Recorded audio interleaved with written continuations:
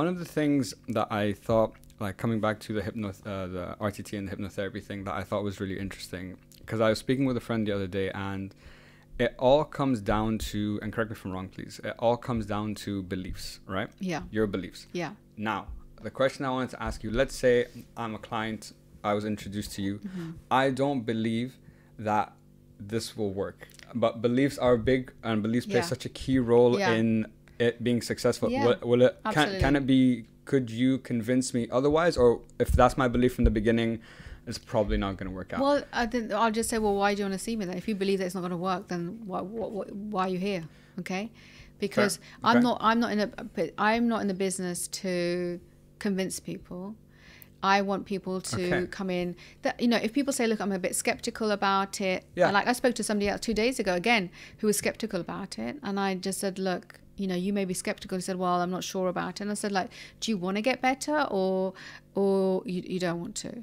And he wants to get better. And I said, well, look, you know, I know you may be skeptical. And then I gave him a lot of evidence and backup and case studies of success stories and things that, you know, so that basically he's not skeptical, and maybe he keeps an open mind. By the end of that conversation, he said, okay, I'm open-minded about it. I'm willing to do it. One of my first clients was skeptical. Really? He was in South Africa. He was a businessman. And he said, listen, I've heard about this RTT, and I know you're in Dubai, and like we could do Zoom session. And look, I'm really skeptical about it. I'm not sure about it. And, you know, but, you know, we had a conversation, and in the end he just said, you know what, I'm open-minded about it. Let's do it. I said, okay. That guy ended up being one of my biggest fans. Okay? Really? He ended up, really? He had businesses, and he ended up letting go of some of the blocks that he had, because he never wanted to be an entrepreneur. He wanted to be a racing car driver. And but he ended up being in business, and he was tired, and you know, and then he wrote books, and it basically unleashed a whole new area of his life that he never thought he was going to access. Yeah. And he wrote me a beautiful long page testimonial other than that. So I mean, the thing is, people can say they're skeptical, and then we can have a conversation about it if they're willing to have a conversation. That's not a problem. If you're going to be skeptical and you're thinking, oh, you know, I try and hypnotize me, or try and do RTT on me, and let's see if it works, that I'm not going to bother. I'm not going to try and convince somebody. Because you're being, in that way, you're kind of being challenged, right? Yeah, it's not being challenged. It's like, well, what are you doing? I mean, you know, why do you want to put yourself like that? Yeah. And you're not surrendering yourself to the process. You're not open to the process, and you know, this is not a game. Yeah, for it's sure. Not a game. That's for sure. So it's something. If you're going to be open-minded about it, great. Yeah. Because you are going to, and it's all about beliefs. We believe that we are worthy. We believe we're not worthy. You can believe that you love yourself 10 out of 10 today. You can believe you're not worth 10 out of 10. You came into this world believing you had a belief you were happy, no fears, happy baby, no care in the world, and you picked up beliefs on the way. Yep. Those beliefs, and there's enough evidence out there that believes, you know, you are what you think. And 100%. I'm a pranic healer. I'm a kinesiologist. I'm an RTT therapist. I've done yoga. I've worked a lot of energies, and also, I as a kid, you know, I didn't know this, but I have psychic ability, so I'm quite psychic on some levels. I don't really go into it much, but you know, I know about energies, and I know about feelings, and it's about your you believe something is going to be, you believe it. Your mind is a computer. You will give it instructions, and the mind will say, okay, I'm going to do that for you. I'm going to do that for you, right? Yeah.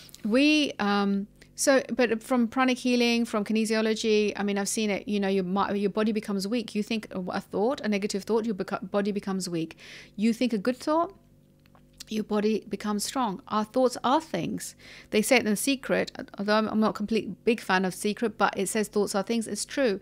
We emit the energy. We emit the vibration. So, and your beliefs are what you are. So why would you believe that you're anything less than? And it's a shame that other people do tell people that, you know, you're never going to get better, you know, and they believe it. But you know, also people who refuse to believe that, and they are walking again. Yeah. Okay. Yeah. So it's about belief. Yeah. It's about your belief about yourself, not what anyone else can say about you. And what we do is we end up believing everyone else rather than believing ourselves. Yeah. And that's where the problem is. And the other thing is that the other problem I find is that most people think that whatever thought that comes to their mind, they have to react to it. That's it. That thought's come into my mind, and that's it. It must be actionable now.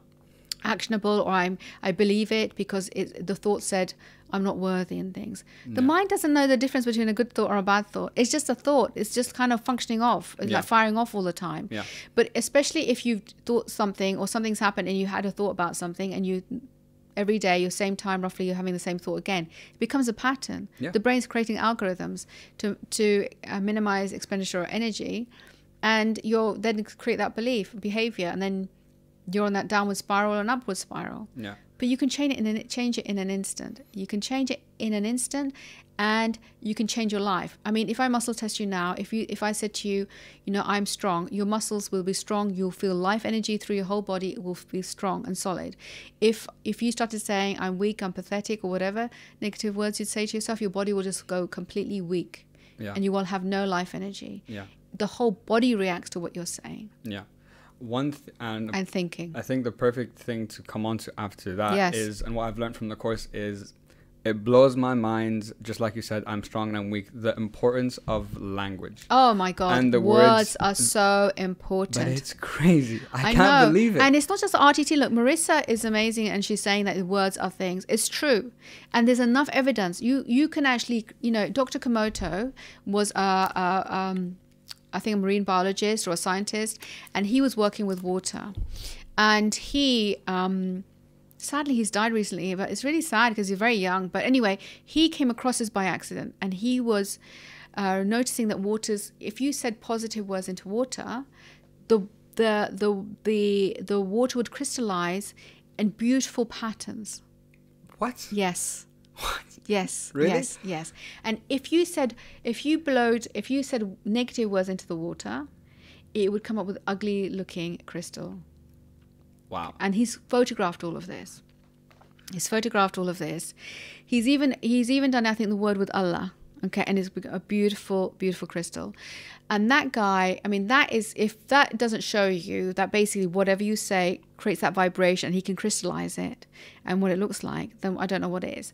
There was another study recently or a while back when they had two plants in a school, and one plant, the people were saying, like negative things, right? And the other one was positive. And the negative things on that plant, the whole plant withered away. Wow. Another story, and this is from a story from my Dr. Ju, who's a creator of PKP kinesiology, who's based in Australia, and he came and did 1 year. He did a training with us for, I think, like 1 or 2 weeks, I think it was, so I can facilitate kinesiology classes for the first year and things, because I'm about to graduate my fifth year.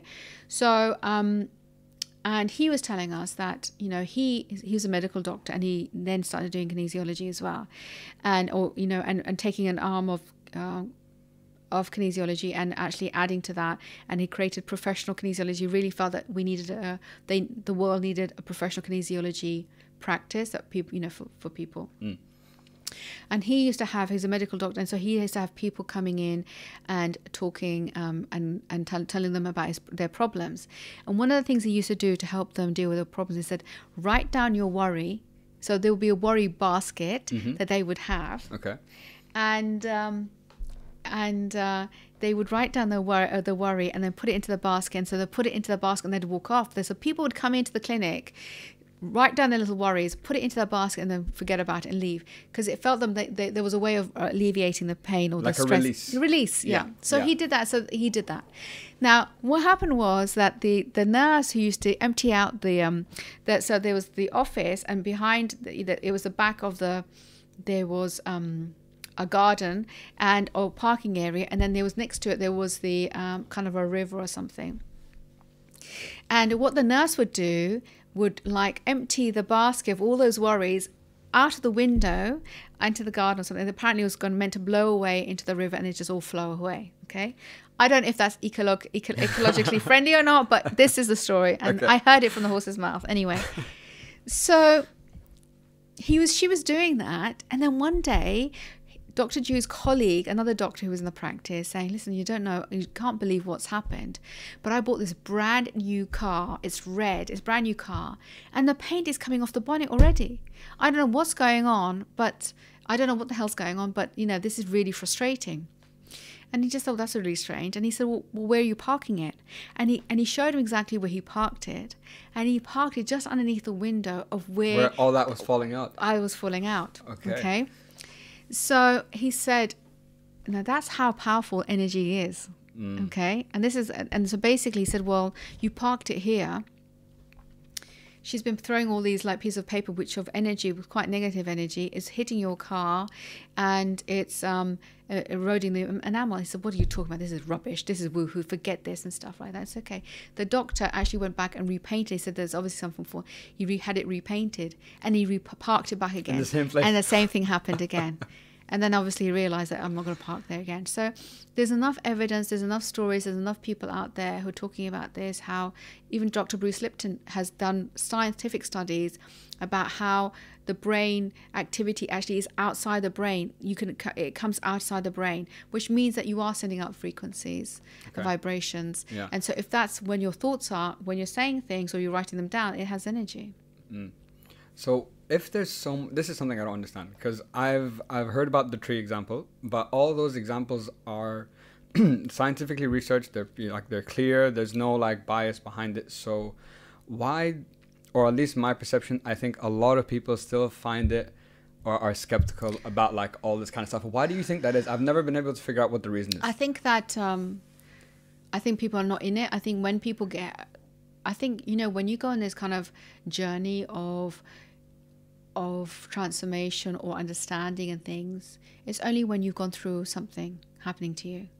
I think there's another doctor I heard, he said you'll continue to do the same patterns until something happens, that's negative, tragic or negative or massive life-changing.